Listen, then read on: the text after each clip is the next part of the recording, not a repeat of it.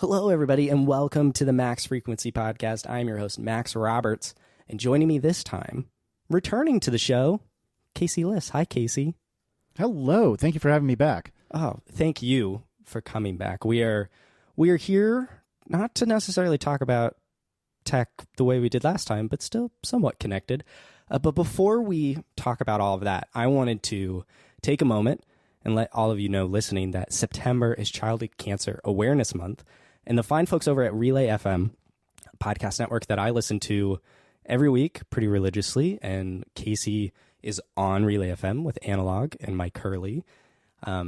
They are raising money for St. Jude and to research childhood cancer and help kids survive this disease and not have their parents pay for the treatment at St. Jude. But they also share all of that knowledge just to help kids. And I can't think of really anything better. That's so wholesome. And the fact that I have a kid on the way in mere weeks, I think amplifies that feeling within me.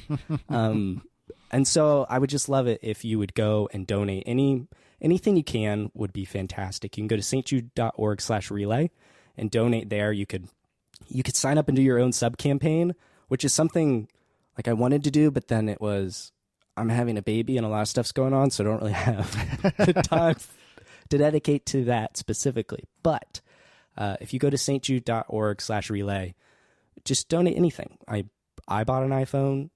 Casey bought an iPhone. There's a lot of people buying stuff, and I think throwing a few bucks that way would be fantastic if you could do so. So thank you so much. And Casey just sent a name title. Look at this guy. He's so good at it. He's on the fly. He's fast. Yeah, I'm doing my best. I'm trying to help out. But yeah, just to reiterate what Max so gracefully said. stjude.org/relay. It's a really, really great cause, and we really do have a lot of fun with it over at Relay and at ATP. So even if you have just a couple of bucks to send their way, every little bit helps. So please, if you're willing, stjude.org, stjude.org/relay. The spelling. You kind of got to sing song to it. I like it. It helps me remember. ATP and sing song. But I invited Casey back because I'm having a kid. And he's actually been a part of my journey to becoming a parent, mine and Abby's, throughout this whole process. And we might touch on that later. But Casey is one of the podcasting tech dads that I associate my brain with. And I couldn't think of a better guest to come back and honestly, selfishly have an episode before I have a kid as a pure time capsule of how I feel for the baby to maybe listen to someday if they care. Who knows? They may never care about anything I've ever recorded. But I just thought it would be good to have you here as someone, a father of two, to talk through all these feelings I got going on and tech things I have to buy. Yes, indeed. And I am definitely here for it. I think there's a lot of different avenues that we can go down, but I know when we were talking before the show that you wanted to at least ask me to justify a purchase of a brand new phone simply for the camera. Am I right or am I right? The deal Abby and I had was along the lines of when we have the kid, you can get a new phone. So, but the iPhone 14, iPhone 14 Pro, Pro Max, I told you before the show, I'd be stupid to not talk about the iPhone event at least a little bit with a member of ATP. So I got to get a little bit of that in here.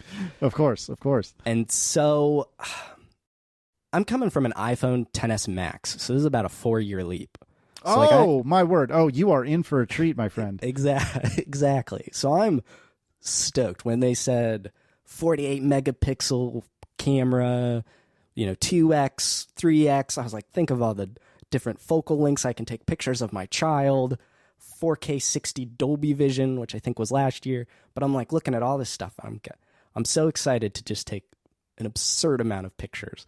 I think you mentioned what you were buying on ATP, but if not, I don't want to spoil that for that audience. But do you want to share what you Sure. Yeah, no, I definitely can. So one of the One of the perks of being a professional podcaster at this point and being a professional tech podcaster is that I've decided that every year iPhones are part of the job now.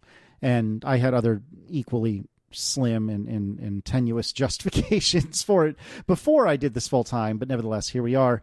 So Aaron and I are coming off 13 Pros, and we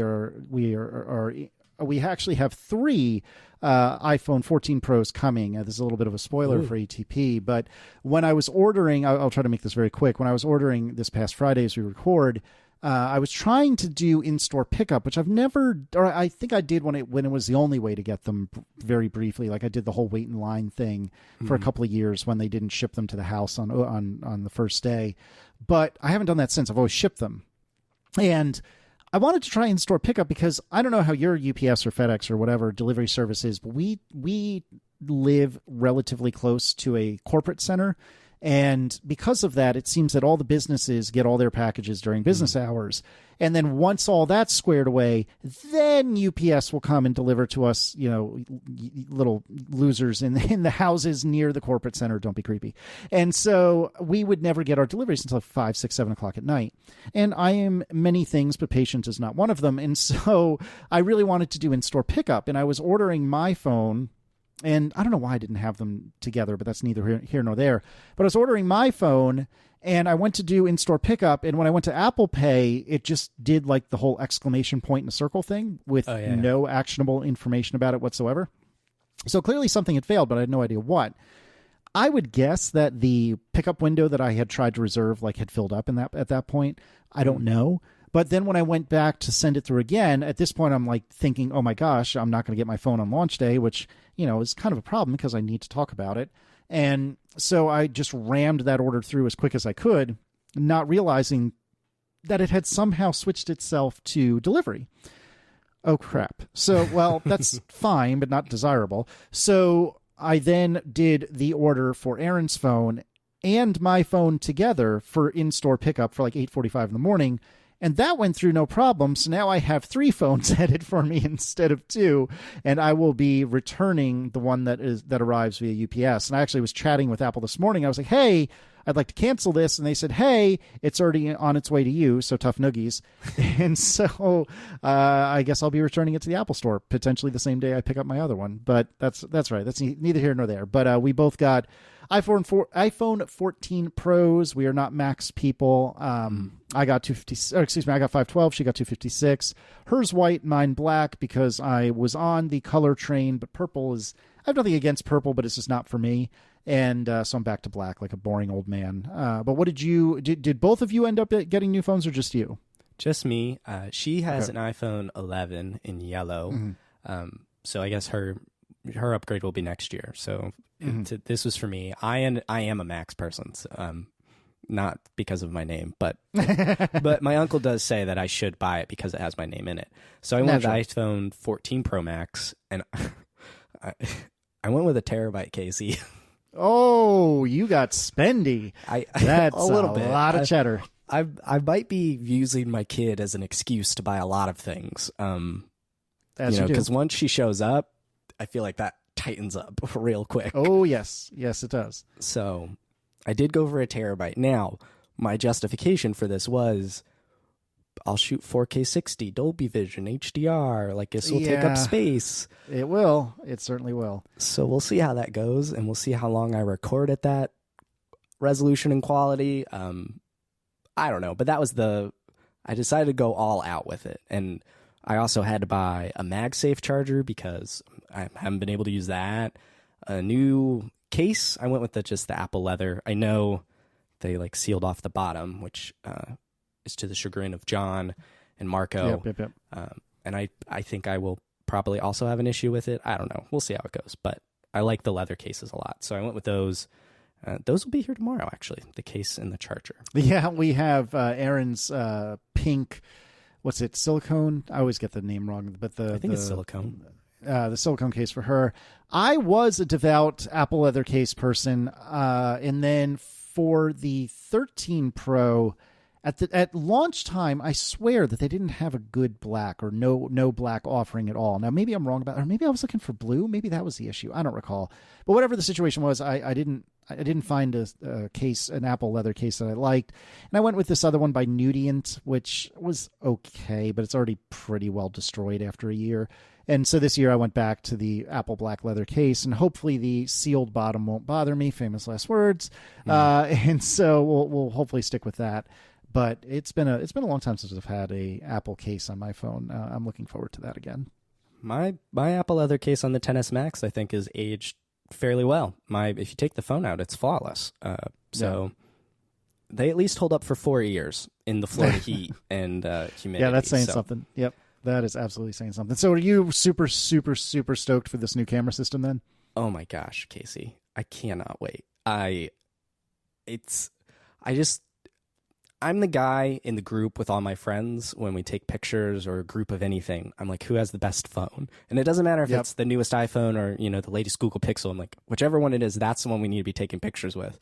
People are like, but it's just a phone. I'm like, no, we need the best. So I haven't really used my phone to do anything fun in a long time, picture-wise. Yep. And so I am absolutely stoked. I'm happy that this is the year they did a megapixel jump for the first time, I think, in a decade. And I know they're bending it down to 12 megapixels still, but I'm just so excited for the range of quality that we're going to be able to get. And I was thinking about this today. I've got a buddy, he's been an Android devout for years, and he's been on the Samsung train for a while now. So I always love when he gets new phones because I get to see kind of what's going on outside of MKBHD videos. And he loves his 100 Super X zoom. He takes pictures of the moon with it and stuff. And that's cool, but that's a gimmick, right? We're just taking pictures. These lenses on the iPhone seem incredibly practical to me as, was it 0.5x, 1, 2, and now 2, and then 3. That's right. So I'm excited to have a versatile range of lenses that seems practical, especially for low light. We're in an apartment, not a lot of great lighting in here. So I just think the quality of what I'm going to be able to pull out of it is going to be way better than, obviously my XS Max, but I'm stoked to just have a really solid, essentially point and shoot in my pocket at all times now that really kind of steps it all up. So yeah, it's funny. So when I had our first kid, Declan, it was late 2014, and at the time I don't even remember what phone I was on, and I'm not going to try to look it up right this minute. But at the time, we had just bought a Olympus Micro Four Thirds camera, an OMD EM10, the first edition of it, and we got a pretty good prime lens, and this was all on the recommendation of my friend Sean Blanc, because that's what he was rocking at the time. I believe he's a Leica guy now. But anyways, this camera, compared to the then current iPhone for sure, took phenomenal pictures. I mean, it's not as good as a full-size DSLR or, a full-frame camera like some of these Sonys that a lot of my friends are rocking these days. But nevertheless, it was really good. I mean, you could tell the physics says, when you have enough space to have proper glass on there and make use of it, it's going to make for a good picture. Fast forward, Declan's going to be 8 next month, and by the way, I don't know how that's possible, but that's neither here nor there. But fast forward a few years, and I think it was a couple of years ago, maybe around 2-ish years ago, I started really very rarely reaching for my Olympus, and now today, I almost actively avoid using the Olympus if I'm not outdoors, because the iPhone camera's low light or even not sunlight performance is so much better than the Olympus is and I ended up getting I think a Mark III body. So this was, just 3 or 4 years ago now that I got a new body for it. And when I'm indoors, it's almost useless compared to my iPhone. And outdoors, it still shines, and pardon the pun, and I get some really phenomenal pictures from it outdoors. But indoors, it's not even worth it. And outdoors, the iPhone is very good. And in fact, actually, now that I say that, if I'm trying to get something with like the sky where HDR would be useful, then here again, I'm reaching for the iPhone, not the Olympus. If I'm doing like a portrait or something like that, I'm going for the Olympus every time, outside that is. Oh, yeah. But if I'm inside, or if I'm going for more of a landscape, then of the inside, the lower light performance of the iPhone is so much better. Outside, if I'm going for a broader, wider shot, the HDR performance is better. I guess I could manually HDR, by doing some exposure bracketing and so on, but I don't have the patience or the time for that. And so for my setup, I found that the iPhone is almost, for 90% of the year, it's the only camera I ever use. And the only time I break out the Olympus is for special events, like a summer vacation or a birthday party or something along those lines. And every other time I'm just grabbing the iPhone. And around the time the iPhone 10 and 10s, I don't think that was really the case, but I am very curious, if you even have a big camera, what you find your breakdown to be. And obviously if you do have a big camera, it might be much nicer than my little Micro Four Thirds, but I think you'll surprise yourself how infrequently you will reach for that. That's one of my fears. I do have a big camera. I was doing work for my dad in the city of Atlanta that required filming a bunch of training. And so for that job, we bought a bunch of camera equipment and microphones and things like that. And so I got to keep all of that, which is nice. a Canon 90D. So I did just kind of preliminary research, just kind of dug in and was like, camera over a video camera seems to make more sense here. I did not realize that cameras for some reason have a 29-minute and 59-second time limit on recording video. Yes, there was some reason for this. Yeah, I think it was like some sort of regulation in Japan or something like that, where either import or export, or maybe even domestically, they had to classify themselves as like video cameras. I may have this dead wrong, but they had to like classify themselves as video cameras if they could record more than 30 minutes at a time, or 30 or more minutes at a time. There was some like completely artificial regulatory legal thing where they stop at 30 minutes. I think unless you have like an external recorder that you send via HDMI or something like that. I don't know. You probably know better than me. No, that's as far as why that's in place, I'm not sure. That sounds about right. That sounds like something a company or a government would regulate and kind of ruin it for everyone else. I do know that you could jailbreak is probably the wrong term for this, but you can modify the software on the camera, but then that voids your warranty. And I'm not about to void the warranty on a really expensive camera, at least until I guess that expires. You can plug it into like one of those USB camera things that everyone was buying at the beginning of the pandemic so that their video calls were not abysmal. Oh, yeah. So you can plug all that in, but then that's cables and you need like a dummy battery so that the camera doesn't auto shut off, and it's a whole mess to record anything longer. It made editing those videos very interesting. I can imagine. But I've had that for a couple of years and I've taken pictures. That's what I've been like documenting Abby's baby bump with, and take pictures around when we go out and things like that. I love, having these types of tools. I fell in love with photography and photojournalism and in college. I still say photojournalism was the most useful class I ever took in college because it's skills that I apply everywhere. Even though you would think it's just pictures and newspapers, but I apply it everywhere. And I'm going to tie it back here in a minute. But so I have that body, but it just came with a kit lens and a zoom, like to 200 millimeter lens, and then a 18 to 35, just the kit stuff. And so I took the baby again as an excuse to buy a nice lens, because I've heard Marquez, MKBHD, one thing he said was date the camera and marry the glass. So I decided to invest in a Sigma 18 to 35 art f1.8 zoom lens. Oh, nice. And I know you love bokeh. The bokeh on this thing is insanity, Casey. It's at 1.8. I mean, that is open. So you're going to get some solid bokeh on that. Yes, and so I've been playing around with that and loving it. It's heavy, but I'm excited to the justification. Again, I'm using this kid to spend a lot of money.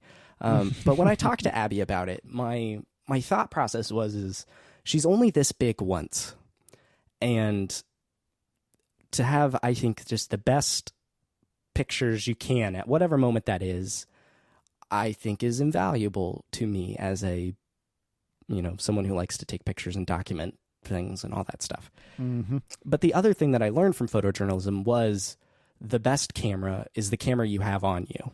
And so whether that is my iPhone or the big camera, I'm going to make do. But if I can use the big camera, I feel like I'm going to want to. But it is big and cumbersome. You got to put the lens on, and, by the time all that's done, maybe she's done sucking her thumb or playing with her toes or whatever kids do. Right.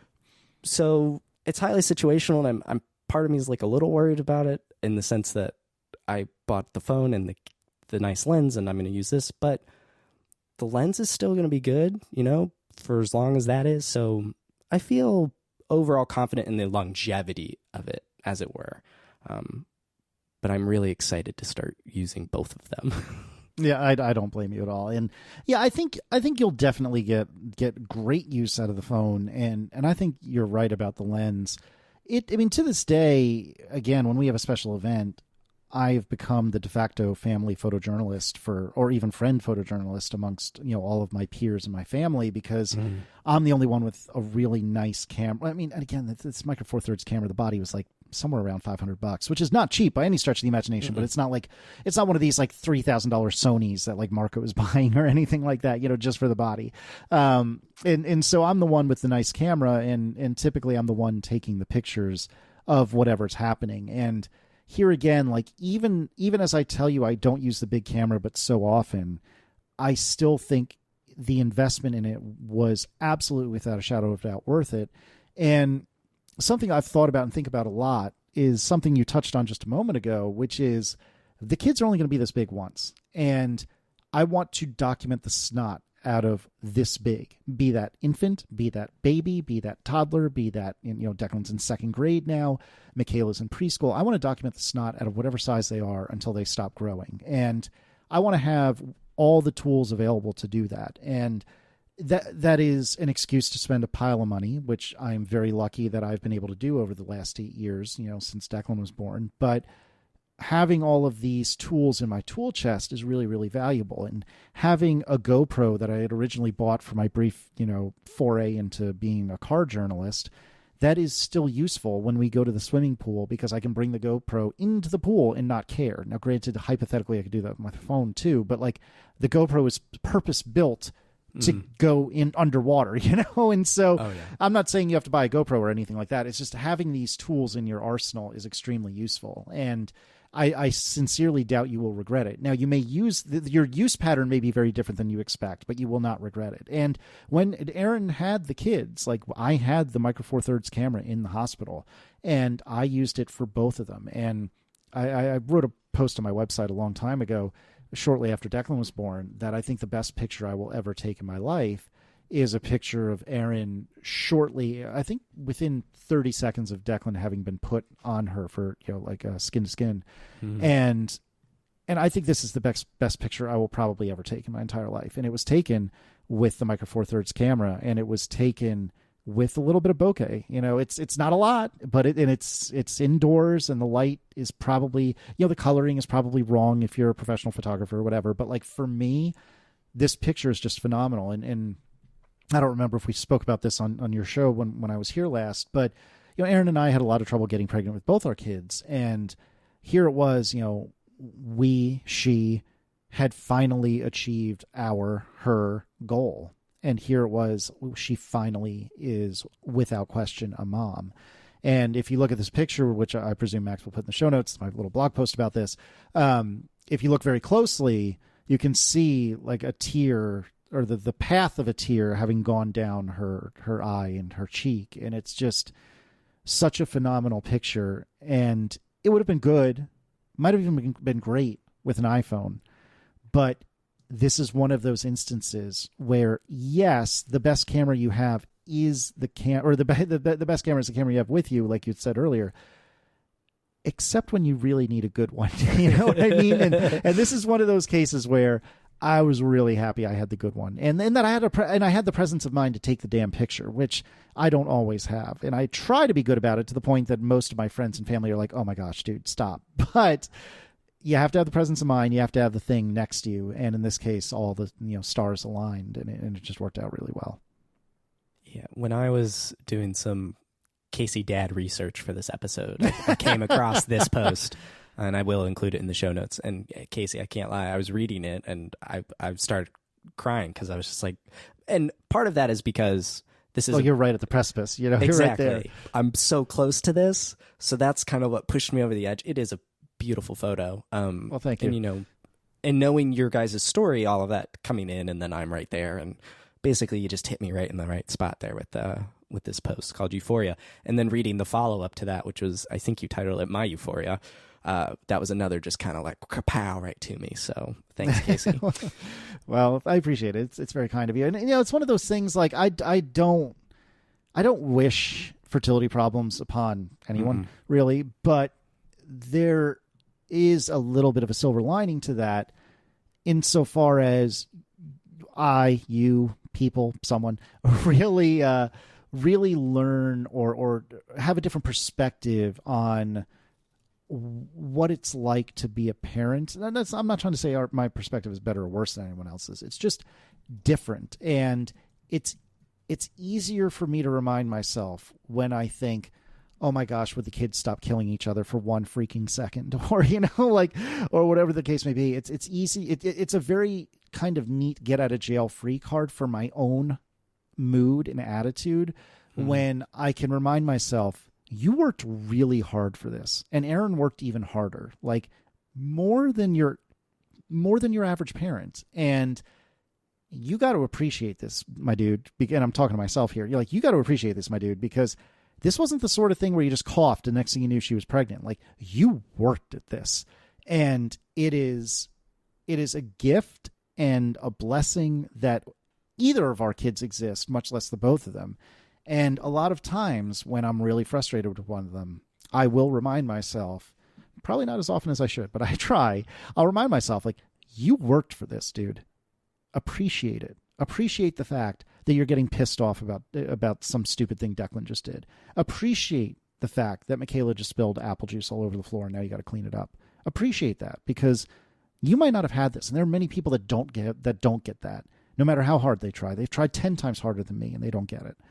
And that's not very freaking fair, is it? So you better appreciate this. Even the crappy times, you better appreciate this, because you worked for it. Your wife worked for it.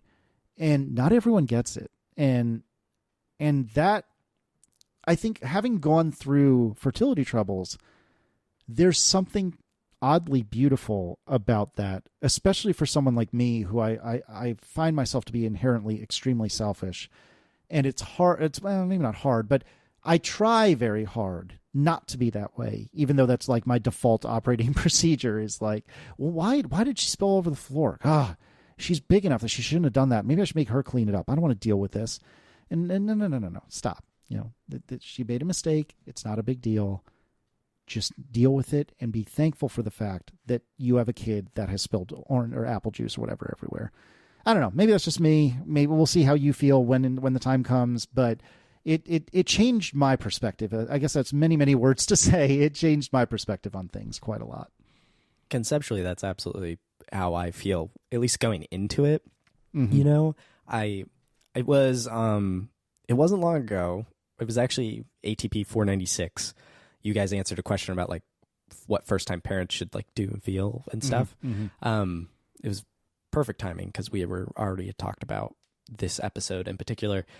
And John's like, you're going to say you hate this baby. And I'm like, you will. And I'm sure like it has to happen, right? Like they'll be crying. It's the middle of the night. I don't know. There's all sorts of scenarios. I can't even imagine them all because I've never done it before.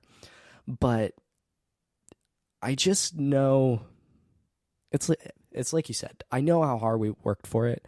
We have people in our lives who work at it and they don't get like she is a gift, and I just want to be able to soak it up as much as possible because she's not going to be in the house forever. And I know it's weird to say that, 20 years away, not. But it's like, it's not.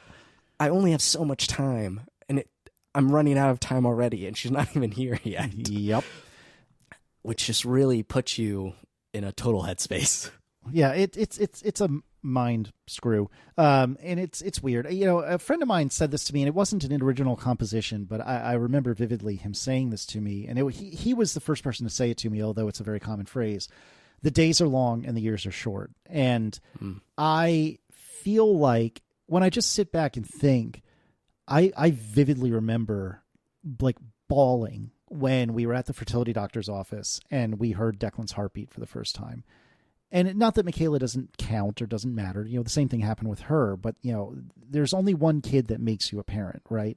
You may love them both equally, which I do, although for different reasons, but there's only one kid that makes you a parent. And I remember vividly being in that office, hearing his heartbeat for the first time and just bawling. And I remember it like it was yesterday, and he turns 8 years old next month. Like it's utterly bananas. And it's weird because I will tell you with an honest heart that moment of hearing that heartbeat was yesterday, and it was 16 lifetimes ago. And both of those are equally true in my mind, which obviously is impossible, but that's how it seems. And, you know, we've spoken to so many people who are, you know, older parents in the sense that their children are much older. I mean, look at, you know, my co-host, John Syracuse. He just dropped off Alex at college, you know, like 3 weeks ago or something like that. And every single one of them says, you know, blink and you'll miss it. And when you're dealing with a fussy baby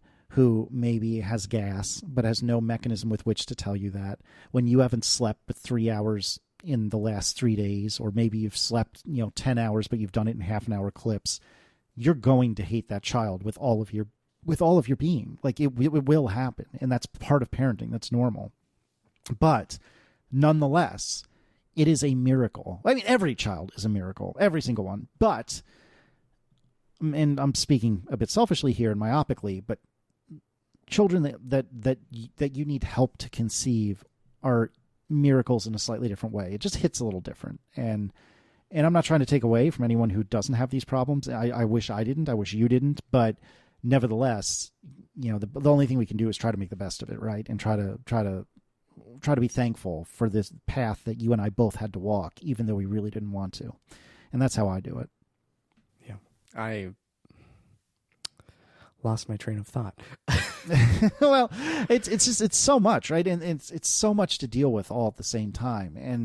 And it's just tough. And the best you can do, and I'm stealing from your show notes here, and I'm jumping around on you a bit, which makes me a terrible guest, and I apologize for that. Fine.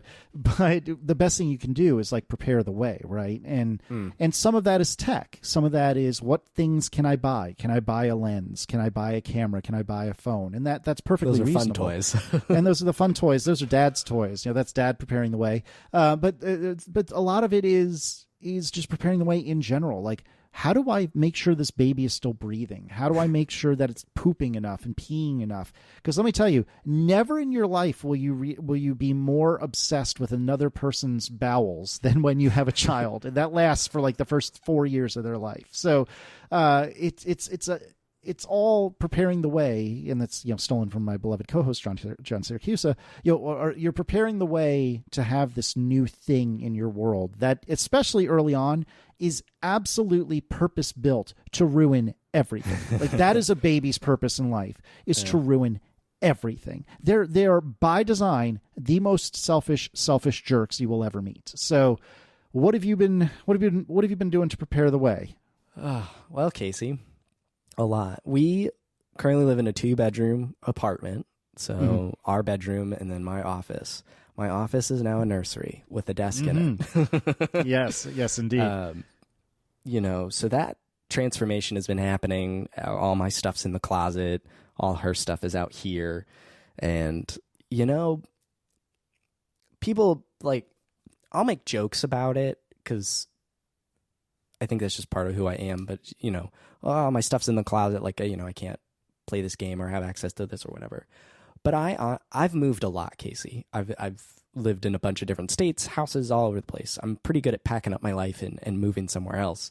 And I don't think I've ever been more happy to, like, put my stuff away and just make room for this person. And it's not fun in the sense that we are in a in a small space for 3 people in the amount of junk that I have that my wife graciously lets me keep. But I've never been more excited to put my things away. And so the generic things of, there's a curtain and a changing mat and a crib, and I'm looking around the office as I do this. All my art is down, and now we have jungle animals up because we're jungle themed people. And I mean, my bookshelf's still there, so I guess it's a little nerdy to that sense. But like, I cleared off room for her books, which baby literature is very interesting. It is. So those types of things, we've gotten. There's been some other fun. Like, I geeked out about our stroller. We went. Oh yeah. I realized I became a dad when I geeked out about our stroller. We were extremely fortunate, like blessed enough to be given a bunch of stuff.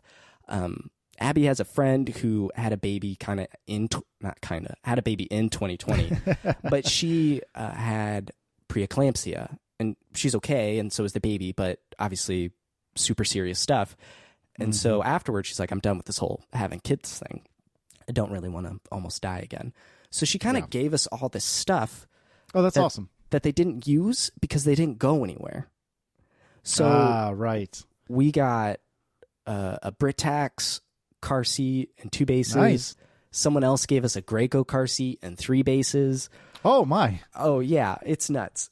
We ended up sticking with the Britax. I just like the stroller more. That's fair. The rubber wheels didn't look like bicycle tires. I'm not running. I'm just taking the baby somewhere, but I wanted rubber wheels. So like, I geeked out about that. We bought sterilizer and dryer for bottles. We just had a friend. Yes. They had a baby like a month ago, and we weren't sure if we were going to buy one of those. And then we went over to their house, and it's like the coolest thing I've ever seen. We didn't have an automated sterilizer. What we ended up doing, and I'm not trying to say this is better or worse than an automated thing, but what we did was there was some company that made yellow like microwave bags. And what you would do is... A friend recommended those. Yeah, and you would put like just a dribble of water. I don't remember how much, but you would put a dribble of water in this bag. You would put the bottle pieces in that. You would seal it, and then you would microwave the snot out of it. I forget. They had a time that you're supposed to do. But basically it would cause all the water in that bag to boil, and then they would, steam clean all the bottle stuff. And this was a regular occurrence in our house for a long time. And yeah, again, I'm not trying to say that you've chosen poorly or anything like that. I don't know anything, one way or the other about the automated sterilizers, but that's what we ended up doing. And if nothing else, it's a good idea for travel, because if you believe in leaving the house, and I'm not even talking COVID, I'm just saying in general, when one has a baby, their world collapses. Again, by design, that's the way it works. And so you may not, again, leaving COVID aside, you may not want to leave the house for like 6 months or whatever. But if you choose to, perhaps something portable, maybe you would use the bags like when you're traveling and use the sterilizer at home or something like that. Eventually we'll travel simply because my parents live up in Indiana. So just by de facto, they're coming down when she's born. But eventually we want to go there, obviously. And so at some point, then it's traveling of, I don't even know how you travel with a baby. Took some friends to the airport, and I was like, please tell me how traveling with all this baby stuff goes so I can work for it next time, whenever I have to go. It is the worst, because especially if you're trying to like rent a car, then you have to bring a car seat, because I could go on a 3-hour tangent. I'm going to try to keep this brief, but we did a couple of trips when Declan was super young, including to Florida actually once. And I don't think I'll be able to dig it up quickly enough for now, much less maybe if I remember, I'll put it in the show notes, or have you put it in the show notes, I should say. But there's a picture of either me or Aaron, I forget which one of us it is, at the airport. And there's the car seat, because we were renting a car. There's the car seat case, because Declan was like 18 months, so he was considered a lap infant. He didn't have a seat on the plane. He just sat on our laps. But we still had to bring the car seat because we had a rental car. And we didn't want to just rent a car seat. First-time parents, don't trust other people's stuff, blah, blah, blah. So we had the car seat in a bag. We had a stroller. We had a diaper bag. We had a breast pump. We had a suitcase for each of us, I think. So that was maybe it was just one shared suitcase for Aaron and me and a suitcase for Declan. I feel like I'm forgetting like 2 or 3 other bags. It was ridiculous. I felt like a friggin' pack animal trying to drag all this through the airport. It was nuts.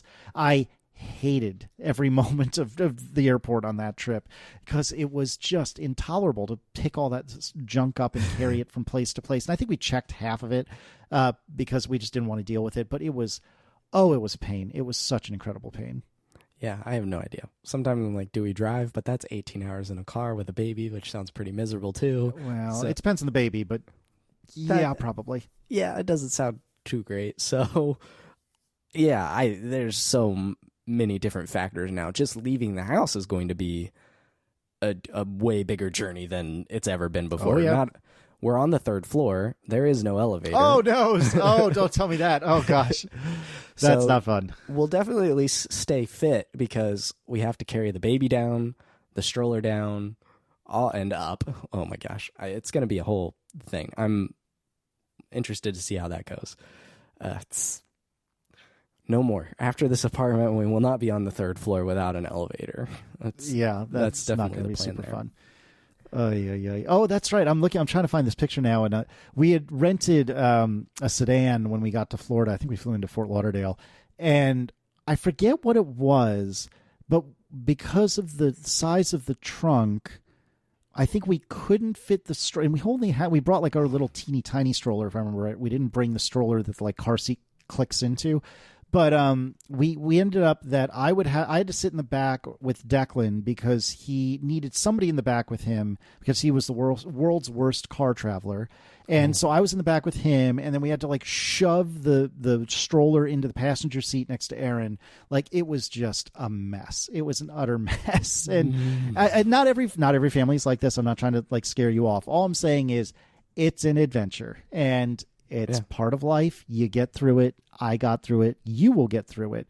But, oh, my word, is it an adventure. It is such an adventure. Yeah. What else have we bought? We bought a monitor. This is some ATP deep lore. Ever since you guys had the baby monitor discussion I just searched baby monitor in the episode list, so I'll have to find it later. 398, I pulled it up earlier. The State of Your Baby. Very good episode title. But I just saved that because I like the idea of you don't want some app that's going through the internet. Like you need to know what's going on immediately. So I bought one of those. I'll tell you what, the picture quality on it is like not fantastic at all. It isn't usually, but the point is not like to have 4K streaming quality of your baby in a crib. It's to hear and see the baby and then get into the room as fast as possible. So it really doesn't matter what it looks like to a certain degree. Exactly right. So we bought one of those. I'm looking around. We got a humidifier.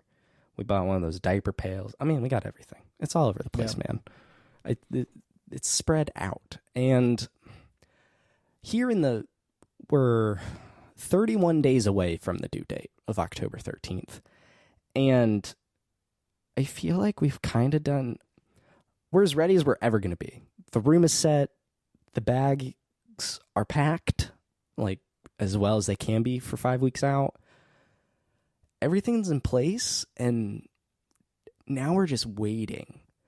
And I feel like that's not the worst part, but like I wish there was more to do to kill the time, because you don't know when it's going to happen. It could happen any day now, realistically. I keep saying that she's going to be a full cook. Her family keeps thinking that she's going to be born any day now, but that's because pretty much everyone in her family is born in September. Indeed. Okay. Yeah, so I'm like, nah, she's going to be in there the whole time. She's coming out in October. But, before we got married, I was living with a buddy, and I want to say I was out of work at the time. And so I had nothing to do.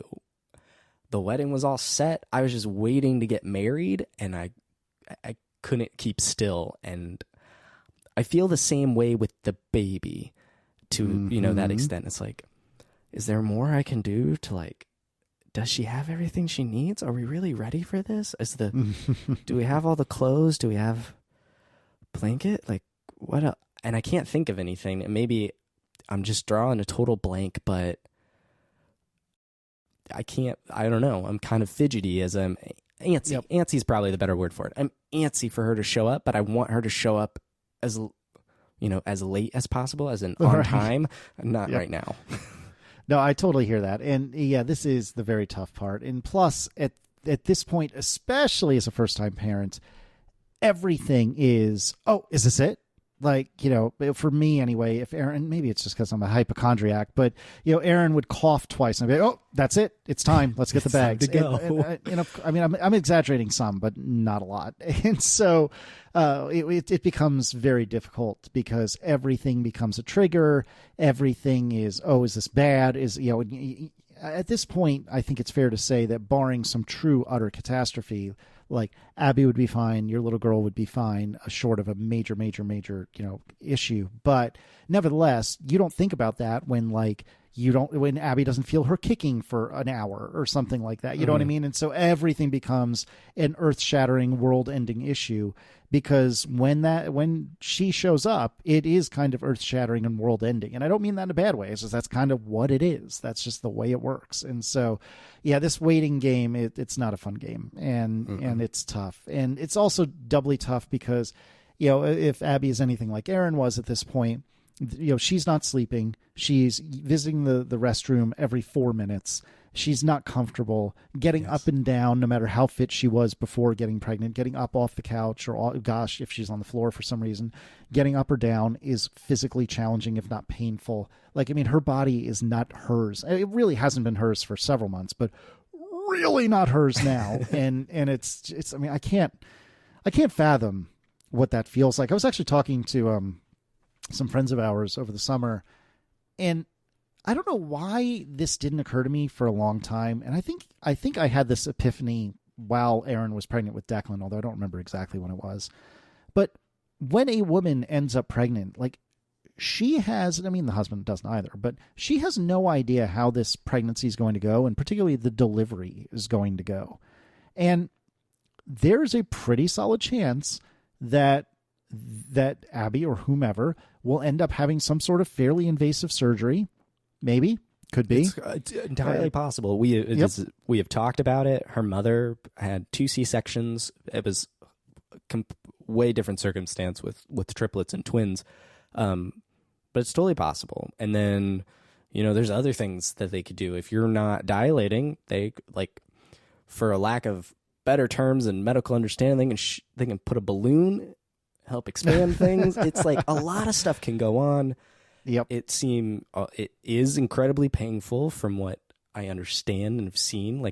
It's painful. It's not comfortable at all. And we had the friends I mentioned earlier with the sterilizer, they were in the hospital for 5 days, just trying to, she was induced, and it just took 5 days. That's a long time. Yeah.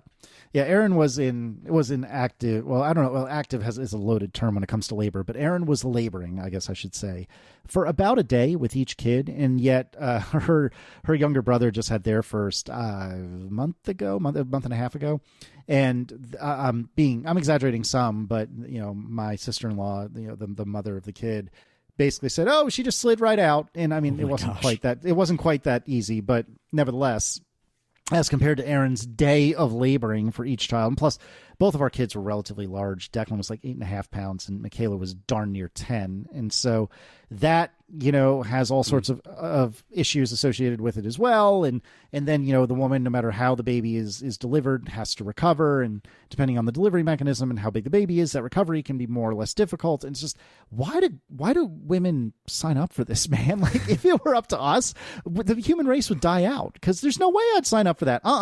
No, sir. Nope. No, thank you. But it's the most incredible thing to watch. It absolutely is. Abby grow and everything just happen.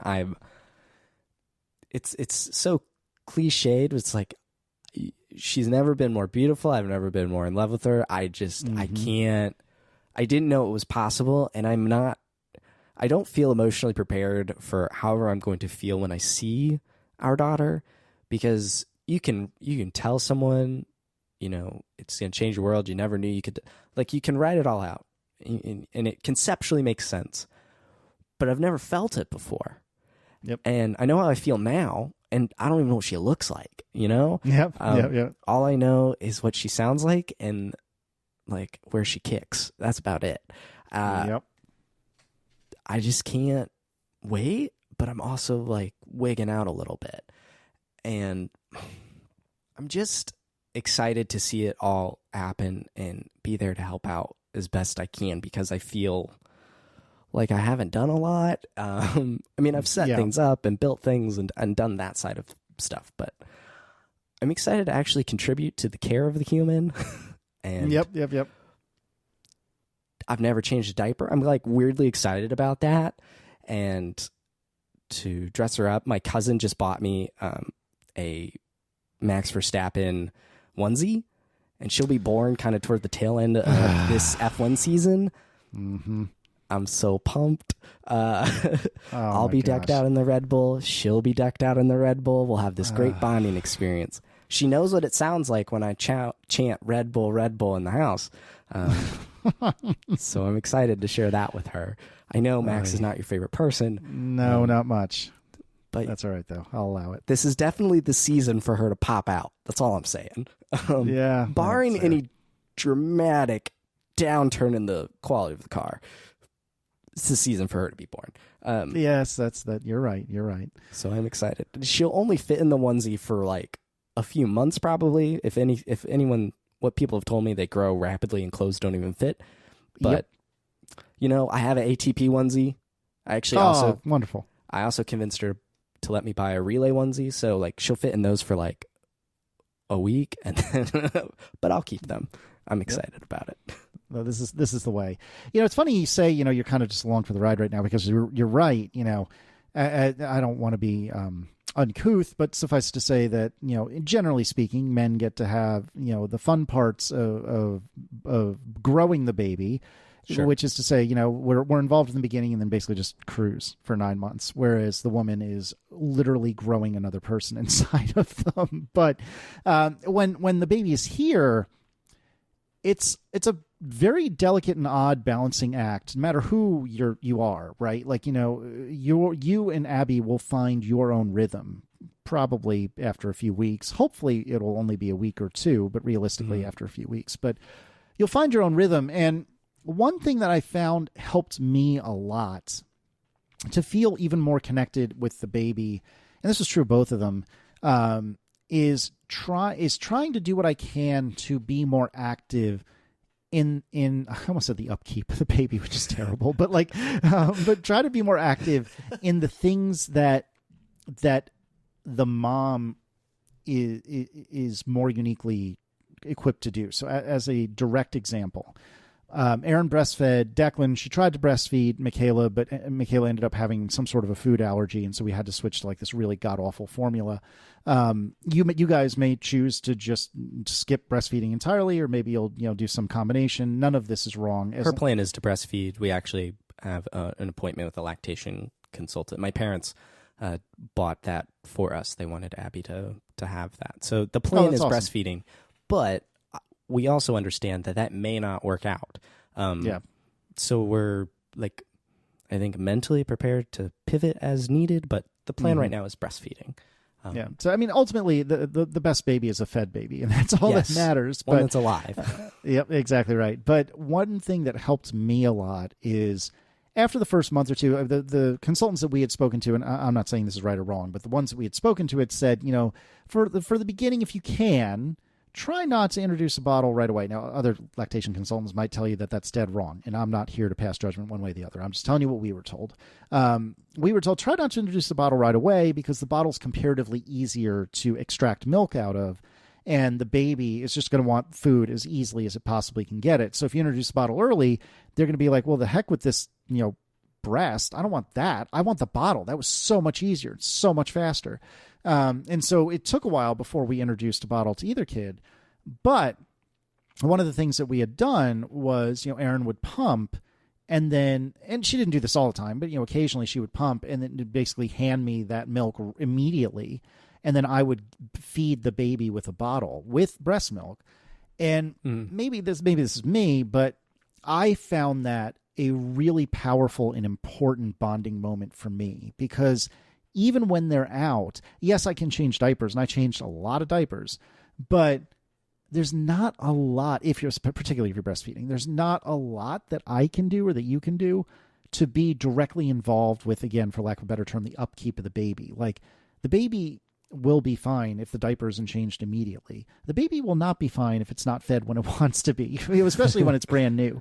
And so having the ability to help with that sort of a thing, for me, was really profound and really useful. And you might find it not necessary at all, but it was very helpful for me. And once you and Abby and your team, your consultant or whomever decides that it's appropriate to do so, and maybe that'll be day 1, maybe it'll be day 30, but whenever you decide it's appropriate to do so, I strongly encourage you to try to do that. And whatever it is, it doesn't have to be just feeding, but whatever you can do to be involved with more than just changing of the diapers. One of the things that Erin and I did with Declan was, for the first couple of nights, I said to her, when you're up, I'm up. I'm going to stay up in solidarity. If you're going to be awake, I should be awake too. And I think she appreciated that at first, but you can already tell the folly of this plan, which is that now 2 people are losing sleep for no good reason.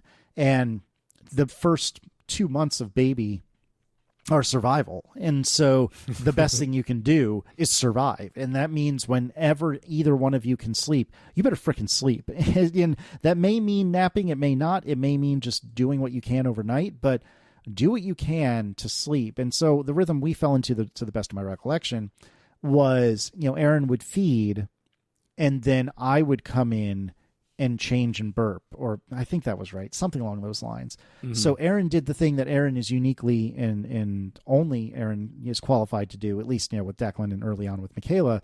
And then I would do everything else, and that was helpful because that meant that's probably overselling my involvement, but you get my point. Like, I do. That made it easier for Erin because she did the thing that she had to do, and I did all the stuff that I could do.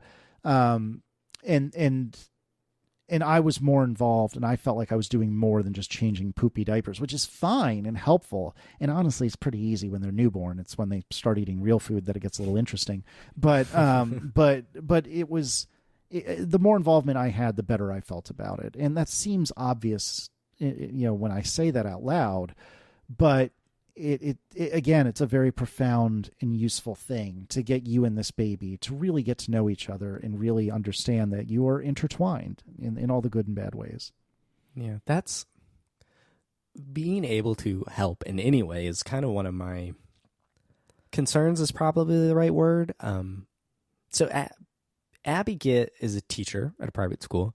And so basically what that boils down to, as far as once the baby's born, is she basically goes on short-term disability, and that, based on when the baby's due, that basically will take her through Christmas. So she kind of gets the end of the year off from work to take care of a human, which is a full-time job. It's not on vacation.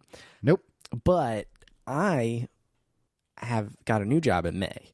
And so when I was working at Disney, the policy was 3 months paid paternity leave at Disney. Wow. That's incredible. Sounds really great. It would have been really great.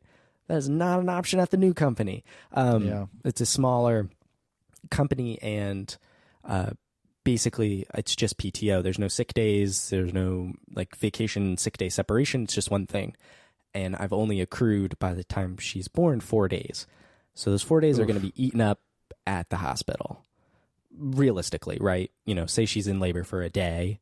They keep you at the hospital for a day, roughly, is my understanding. If she has a C-section, it's 2 days. Correct. And come home. Yeah. So thankfully I can work from home, and that's my plan. Quite honestly, boss, if you're listening to this, I don't know how productive I'll be then, because there's going to be so much going on that I just have never done before. So I'm kind of nervous just about figuring that balance out, because at some point, I can't afford to take unpaid time off. Our rent goes up the same month by $520. My word. Yes, it's ridiculous, Casey. That is bananas. I'm sorry. Yeah, but it's also, I don't want to move the same month I have a brand new baby. So the apartment owner wins. And I'm not here to complain about woe is me. I have to pay for this and that and all this stuff. honestly, if I was still at Disney, we would not be able to afford this apartment and the kids. So like I'm at the place I need to be right now. And I'm incredibly fortunate to be able to keep this human alive, supply for this family in the best way that I can. And I'm able to work from home, which isn't, I guess saying that in 2022 isn't really like that big of a shocker. Most people can work from home now. Sure. But also some can't. Like Disney, at least at our team, working at home was not really an option anymore. And so I'm I guess, nervous about learning that balance because I want to be present and help as much as possible. My dad worked at his own company while we were kind of in elementary school and going through middle school and that sort of stuff. So my dad was around. He was working, kind of like you, Casey. You're home, and you're working. You've got stuff to do, but the kids are there. Well, I guess Declan's at school. Last 2 years they've been home. You know how it's all been. And I found my dad being home was like super important. I look back incredibly fondly on that. I know it was difficult, especially like, my dad's company ended up failing, forcing us to move. There's a whole thing there. Like it was hard. As an adult, I understand what they were going through as adults. There were days they couldn't buy groceries, and we were oblivious to that. Like our parents protected us from all the stuff that was going on incredibly well. And it wasn't until we were adults that we even knew that sort of stuff was going on. And being around is important to me. And so I want to be involved as much as possible. And part of me is concerned about the challenge, but I'm also excited about it in the sense that I get to learn to do something new and really strike a balance and tackle, it feels weird to say it, like a new project. Keeping a person alive is not really a project. It's a life. I'm going to be doing this for the rest of my life on some level. I want to just be around as much as possible. And my brain is like, how is this whole baby thing, working from home, going to work? How am I going to do podcast? Now, granted, she sleeps in the room for the first few months of her life, 6 months, however long it's supposed to be. But it's like, we share a room now. Like, where do I move? So like, I'm excited to learn how to balance all these challenges and things, but also I just don't know how it's going to go. And one of the things I said about our wedding, obviously, Casey, you weren't there, but like I gave a speech at our wedding and the gist of it was, I kept saying the whole engagement, no one teaches you how to get married, like what you've got to do, how much it costs. No one teaches you that. But then my like zinger or whatever to make everyone feel really good was, but you all, the people there, have taught us how to love each other and like be married. Yay, feels good. A good speech, Max. That's actually my profile picture pretty much everywhere is me giving that speech. I don't look anything like that now. I have a beard and like my circle glasses, and I look completely different.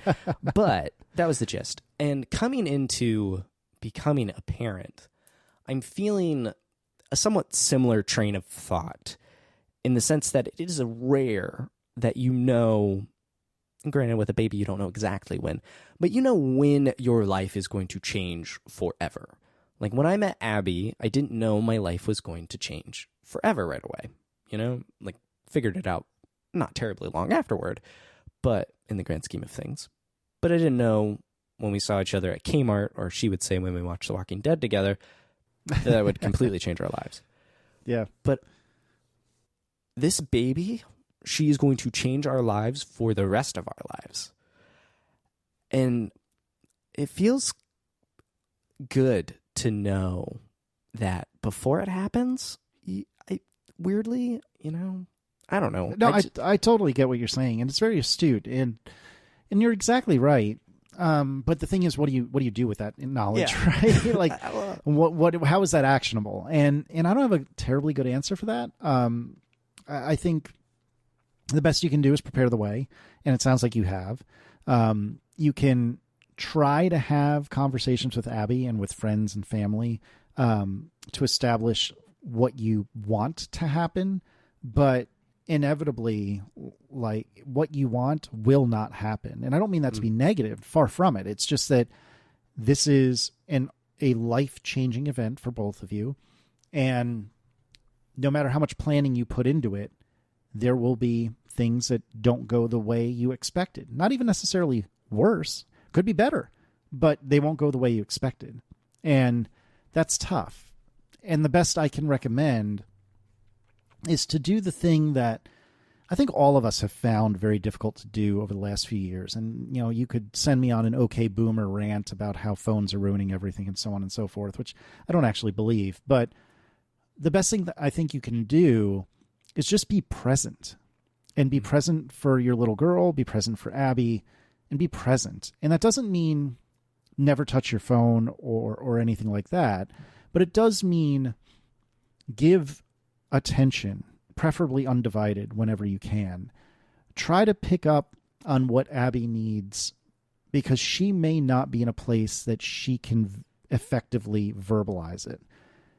And I think maybe part of the reason that most men I know, and I'm this way, are predisposed to try to fix it is maybe sort of kind of training for when you have a kid, because especially early on, your job is to do whatever you can to keep the child and the mom happy and healthy. And neither of those things are going to be terribly easy, possibly impossible, but you got to do your best, and you got to fix it however you can, wherever you can, in the best way you possibly can.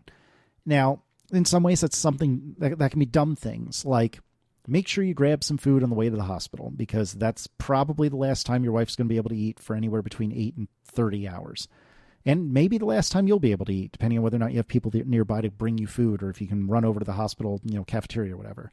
But it's also bigger stuff. Like, if Abby is struggling with postpartum depression, tell her or get her help, or whatever the case may be. If you're having trouble breastfeeding because you're normal and everyone freaking has trouble breastfeeding, but nobody ever tells you that, then figure out a lactation consultant and get that squared away and make the appointment, or whatever the case may be. And you don't know what it will be. And you don't know, you were saying earlier you guys were planning on breastfeeding, but who knows? Maybe that won't work out. You're exactly right. I think it's good to have the plan. It's good that you guys have reached an agreement of what you would like to happen, but who knows what'll happen. And so you just got to roll with it. You might want to podcast in the nursery while Abby and the baby are sleeping in the master bedroom, but it may end up that you find that reserving a conference room at the local library and bringing all your equipment down there is a better fit. Like, who knows? You never know. And so you just got to survive. And that's the first few months. It's just survival. That's a really good idea. And then I thought, I'm going to have to lug my iMac. Oh, yes. Well, that's going to be less fun. Doable, but less fun. I just pictured myself walking around with a red iMac, like, take me, library, take me. Yep. But it is a good idea. I hear they sell carrying cases for these things, so I've been told. You would think, it would have to be fairly easy. They're so thin. I have an M1 iMac, so it's like, as thick as a pencil. I would think something's got it. Yeah. And it's on a VESA mount, so it definitely could just slide in somewhere. So. That's a good point. But anyway, you get my point. And I think it's just, you just got to do what you can to be there, be present, be aware. I guess it's not only being present, but being aware, because neither of you will be capable of effectively and efficiently messaging to the other what you need or want, because you will be, your world is upside down. You are not sleeping. You are at best like coworkers for a while, because you've got this project in front of you and you just have to manage it and survive it. And so you got to be present. You got to be aware, and try to be aware of the things that either the baby or most especially Abby needs, potentially before she can put that together. And, I don't care if you've been married 10 minutes, 10 years, or 10 days, that's a challenging thing to do, but you just got to try. But then once you get through the first couple of weeks, maybe a month or two, then you start getting into like the comparatively easier times when you're no longer in survival mode. You're now able to sit back and enjoy. And that's when you can worry about the things like, have I taken enough video or am I taking too many pictures? So as a silly example, I tend to lean toward a photograph or reach for a photograph, so to speak, when I'm documenting the kids' lives. But Aaron is very good about taking video. And I wish in retrospect for both kids that I had taken more video and maybe not fewer pictures, but, at least had the presence of mind to take more video. And I still have problems with that. And I try to do better with it.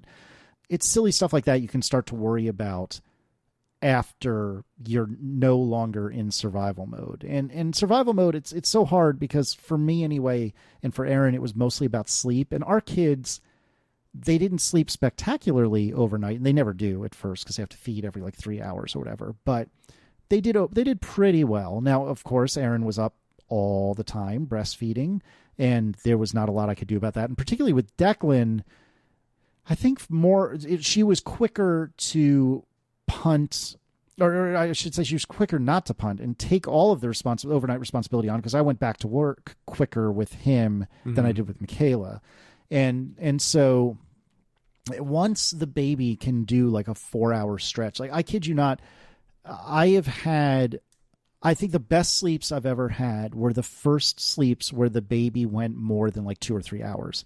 When they cross the 4-hour threshold and then the 6-hour threshold, it was like you're a new freaking human because you've never felt better in your whole life. And these are just milestones that you just got to get through. And like you had said a couple of times earlier, you conceptually know what it's like to be on little sleep. You conceptually get that concept. You conceptually get what it's like to arrive in a new place, maybe physically or geographically, maybe figuratively speaking, to arrive at a new job, to arrive in a new home, to arrive in a new town where you're going to live. Those are all life-changing events that totally alter your existence in your day-to-day world. You conceptually understand that, but you know nothing about what you're about to embark upon. And I know you recognize that. I'm not trying to like scold you. I get that you are fully aware. I have no idea. Yep. And it's just, and I wish there was some way that I could say to you, this is exactly what to expect. And I think it sounds like your friends and family have done that. I'm trying to do it, but it's exactly what you said, Max. Like there's nothing one can do to properly prepare yourself. But once you get to the point that you're starting to understand, you're starting to get a rhythm, and all three of you are starting to form a joint together rhythm. When you get to that point and you're no longer in survival mode, it's magical, and it's frustrating, and it's hard, and it's difficult, and it's challenging, and it's infuriating, but it's always magical. And to see yourself in another human, and if you're like me, sometimes that's a little frustrating and scary, but generally speaking, that's incredible and so powerful and so amazing. And then for me anyway, when you get to see little bits of your wife in these little people, that's like the coolest thing in the world, because my wife is my favorite person on the planet, like bar none. Mm-hmm. And to see like little specks of Aaron in them. Well, I mean, they're both spitting images of Aaron physically, but like personality wise, to see little specks of Aaron in them is just like the coolest thing in the world. And to get to try your damnedest, you will fail, because everyone does, but to try your damnedest to right the wrongs of your parents. And I say that as someone who's very close with my parents. Like, my parents are great people. I love them to death. I don't think that there's a laundry list of wrongs that they have committed, but you still do what you can to right the wrongs of your parents and to be better than your parents. And it's so much fun. It's such an incredible experience. Watching your wife give birth, I don't care which way it happens, like that, it is otherworldly seeing your spouse go through that and power through that and overcome it. Like it's stupefying. It leaves you speechless, and it is incredible. Again, I don't care what the mechanism is. It is incredible to know that for 9 months they have grown a human inside of them and brought it into the world. And you two did that together. I don't care if you had help or not. I don't care if you coughed and had a baby, if you had IVF or anything in between, if you had a surrogate or whatever. I mean, I don't care. The two of you made that together. And it's so incredibly powerful. And I, for one, I'm not a particularly religious person, but it is one of the most moving experiences of my life, just watching watching my wife create, birth, and bring this project of ours. I mean that in a good way, not in a dismissive way, to bring this project of ours into the world, and then to go through the next 18 to, whatever, however many years together, you and Abby, me and Aaron, trying to figure out the best possible way to do right by them, and screwing up left and right. I screw up daily. Every day I make a mistake, but every day I try to be just the teeniest bit better than the last. And sometimes I do better, sometimes I don't. Sometimes I'm on an upswing, sometimes a down. But it's such an incredible journey, and it's such a wild new frontier that you get to conquer, and you get to do it together, and that's so incredibly powerful. I couldn't be more excited to do all of that and figure it out. Yeah. The hard stuff, like getting no sleep, and the cool stuff, like seeing specks of Abby in this little baby girl. You talking about that, it reminded me of my favorite comedian is Mike Birbiglia. I don't know if you're familiar with him, Casey. I know of him. I don't know much of his stuff, though. So he is one of the comedians that is like a storyteller with his jokes. Mm-hmm. Like his shows have a whole theme and vibe, but he pieces bits together. Anyway, he has a show called The New One, which is about him and his wife having their baby. And they also had trouble getting pregnant, and he shares that in this story. But in it's on Netflix, and it was on Broadway and stuff. It's a great show. I highly recommend it. And I'm kind of spoiling like the heartfelt moment at the end of it. But he talks about the moment where the three of them became one, in that sense, like you were talking about, where you're this unit, and it's just this magical thing. And I watched it a couple of months ago because, I'm getting ready to be a dad. So I was like, good excuse to watch Mike Birbiglia. Mm-hmm. And I can't wait for that moment the first time and for the rest of my life. And I think that, there are two main things I guess I'm excited about, like conceptually, about this child. The first thing is selfish and sharing things that I love. I have tons of stuff that I cannot wait to share, and most of them require her to be older. But I'm excited to share different games and movies and things that I care about. But as I've, I suppose, matured, and it's not like it's happened in the last few months. This is over years of someday I'll have a kid and we'll share this. But I'm more excited to see the things that she's into and falls in love with, because she's going to do things and be into things that I've never been into or could think about, or she'll be into the same things I am, but discover them in new ways and do things that I've never even dreamed of. Yep, and totally. I think to watch that happen is going to be the coolest, most wonderful thing outside of marrying Abby. Like I'm stoked to see that happen. And I know it takes time. She's not going to pop out and be like, yo, I like this stuff. Like, it's going to take a lot of time, right? Yeah. Years. I was listening to the recent episode of Analog today, actually, and you talked about Michaela doing this after-school art class thing. I'm like, that's cool that she's into that and wants to do it, and sounded like she's really enjoying it. And I can't wait to see that type of thing happen. I am not an art person at all, but maybe my kid will be. And that'd be awesome, because I'm really bad at it. And if someone in my life could be good at it, that'd be dope. So same. That's the part I'm really looking forward to, no matter how long that takes. And you know what? In the grand scheme, 2, 3 months, 4 months, years, however, if she's a super terrible sleeper, that'll eventually go away, and I'll be getting my 8 hours back, or 6, or 6 is just really more realistic for me. The doctor probably wants 8, but in the grand scheme, it's fleeting.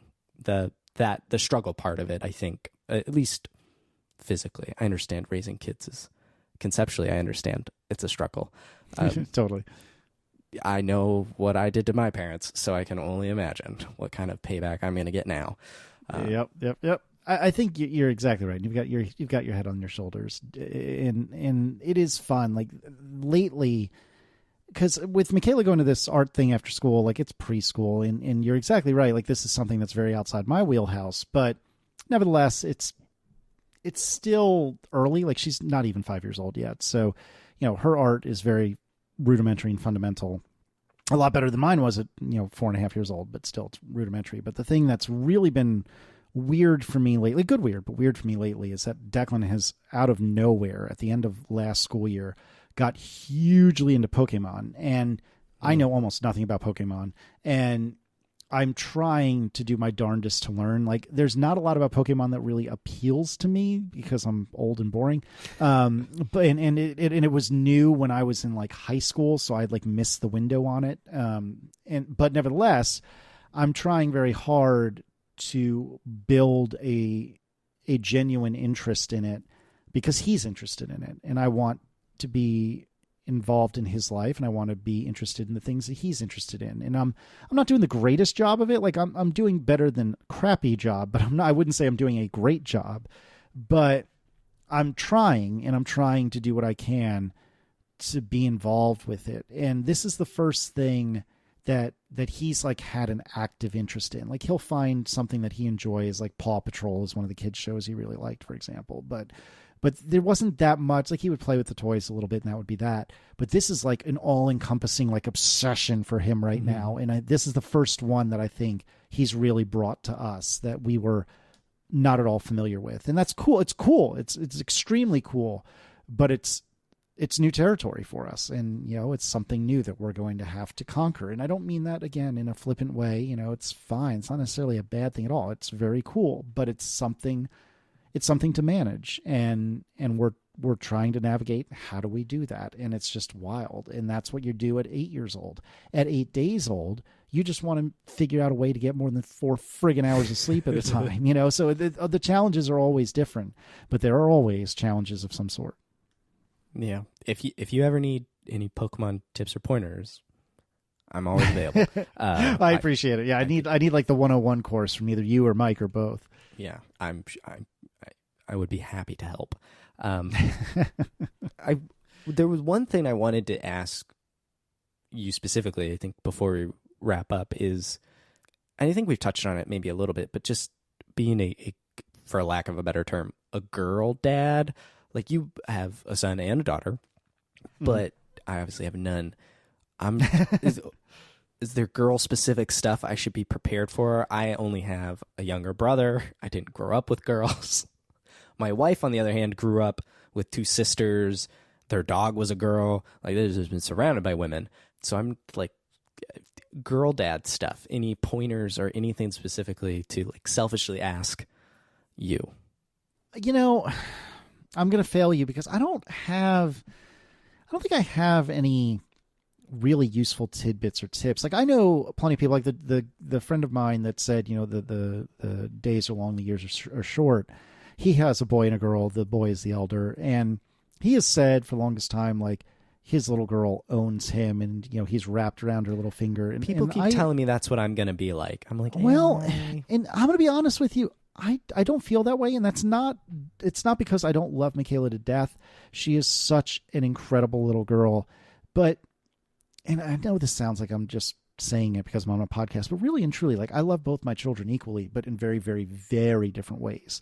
And I don't view the fact that she's my little girl or my little princess or anything like that. Like she's my youngest kid. Like I don't really think of her, and I'm not trying to be like all woke about, well, it doesn't matter if she's a girl or not. Like I'm not saying that at all.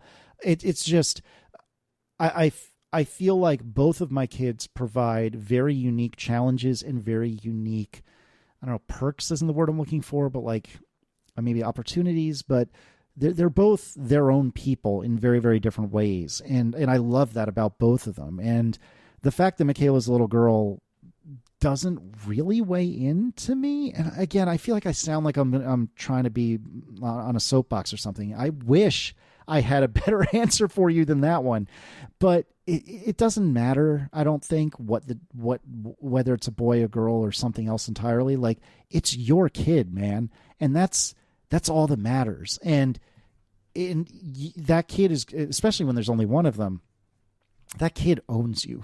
Like there's no matter how terrible they are as an infant, and some of them can be real bad, that kid just owns you. And that there's nothing else to it. Like nothing else matters. They just absolutely own you. I heard somebody say, I don't remember if this was a famous person or not, but I heard somebody say that when you have a child, it's kind of like your heart isn't in your body anymore.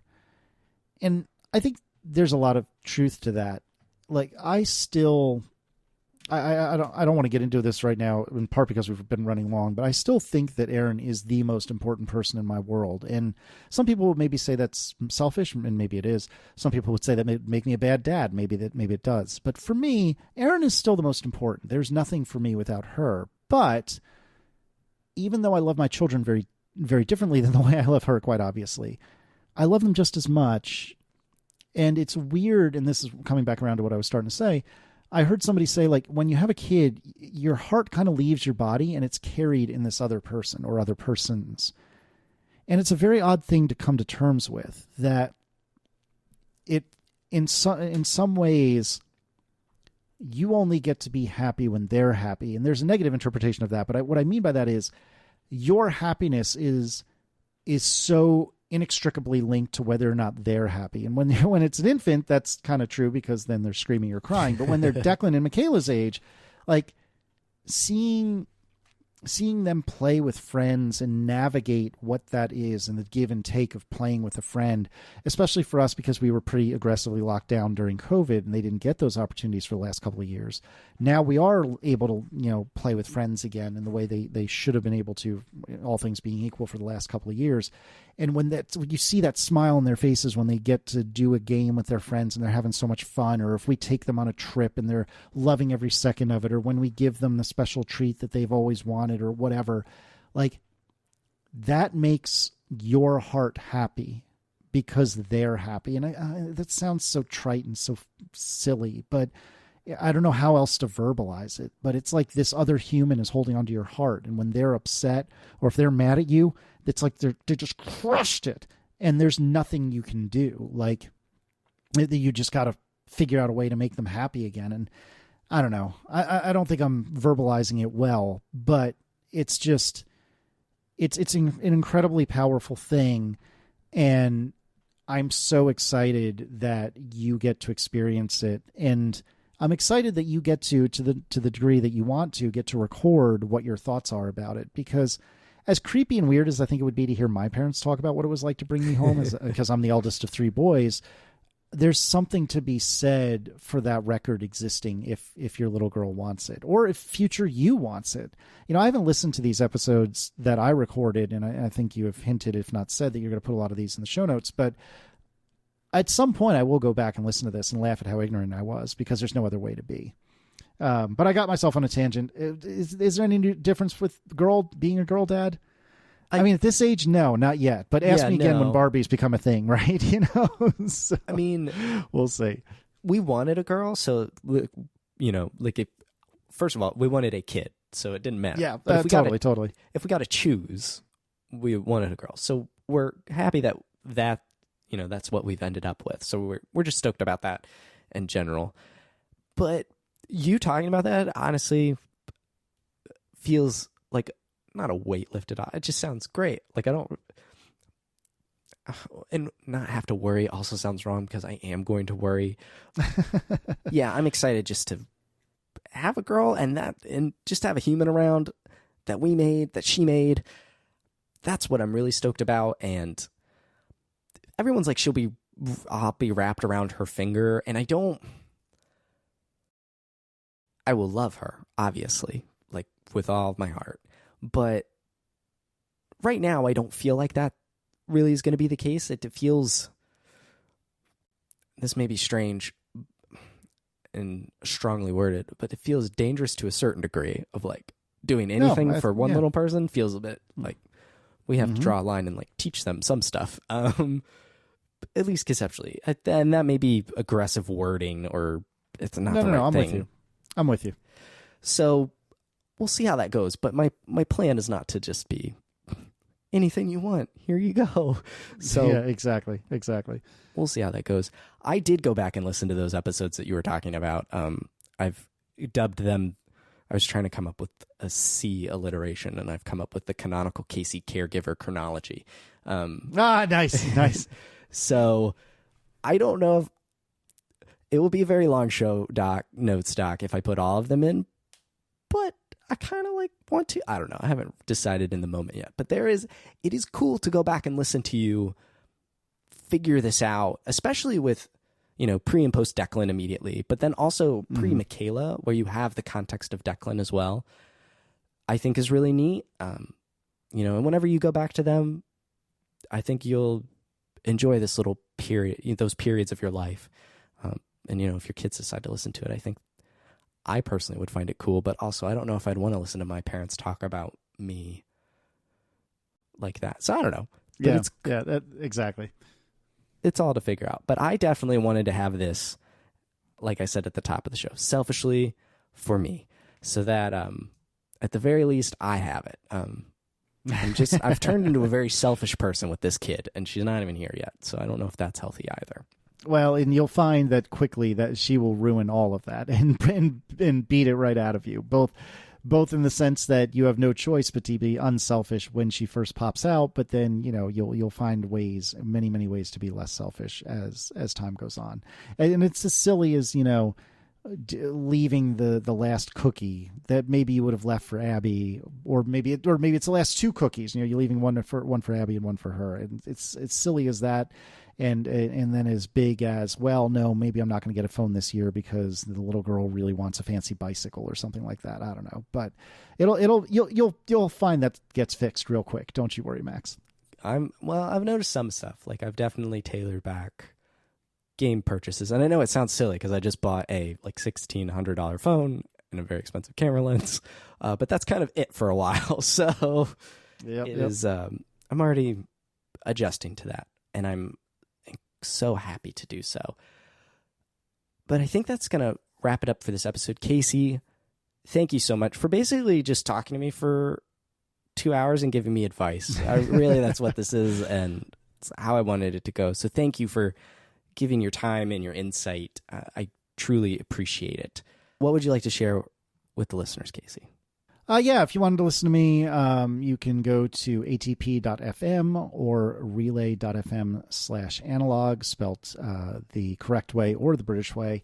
Nice. You can also find my writing on my website at caseylist.com. I don't post that terribly often anymore, maybe once a month. That's not a rule. It's just kind of what's ended up happening. But yeah, going and spelunking through some of those older posts is quite funny and quite interesting. And then I will do one quick final shout out for stjude.org/relay, stjude.org/relay. If you have even but $1 to send their way, it would be much appreciated. So please check that out. Absolutely. Please do, if at all possible. And, if you have extra money after giving to St. Jude first, you could always go to atp.fm/join, sign up for that as well, true. Or go to relay.fm/analog and sign up. Do you have a member? Is there a membership? We don't for analog, actually. Not for analog. Not for analog. Okay. But I've wanted to, but we need a shtick, and we haven't come up with a shtick yet. So you never know. If it appears, it'll be at relay.fm/analog/join. So yes. If you listen to this in 10 years, maybe it'll be there. Who knows? Quite possibly. But you definitely should at least go listen to those two shows. And ATP, by the way, as we're recording this, getting ready to go into episode 500. So congrats on that, guys. Yes, thank you. And we have some surprises in store, sort of, kind of. I'm already overselling it, but we have surprises. So surprises are fun. It's exciting. Yeah, it's exciting. I'm looking forward to it. Well, thank you so much. You can also follow Casey on Twitter at Casey Liss, or you could sing the song. I'm not going to sing it right now, but you could sing, which is what I do in my head every time I have to search for Casey or John or Marco. So you can follow him over there. You can follow me on Twitter at MaxRoberts143 and my writing over at MaxFrequency.net. I've got this podcast and Chapter Select, which is a seasonal podcast. We bounce back and forth between a series, exploring its evolution, design, and legacy. Season 4 is going on right now, which is The Fast and the Furious. And then Season 5 is going to be Resident Evil, and that's spring 2023. So keep an eye out for that. But you can check out past seasons and stuff, too, over there at chapterselect.com. Thank you so much for listening. Until next time, adios.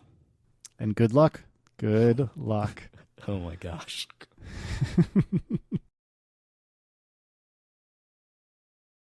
Oh, he lost power. Oh my gosh. No, no. Copy. Okay. Time to scroll Twitter. Nothing. Look at this. A little excitement. A little drama. Gives me time to collect myself, I suppose. Ugh. Ba-da-da-da. Ba-da-da-da. Greatest acceptance ever. What? They announced a Disney Santa Clauses? What? No. A series? Tim Allen? Ooh. Oh, hi. Hello. Oh, hello. Oh, my sweet baby Jesus. This has been an adventure. Well, oh no. Oh no. You are. Hello? Hello? Can you hear me? Do I sound normal? You sound great. I command queued the Ron am. Okay, good. All right. I am recording again. Oh, I'm so sorry. This is going to be a nightmare for you to edit. My apologies. It's not. You know what? Really, I haven't had to do an edit like this before, so it'll be a good learning It's a learning experience. Exactly. Hooray.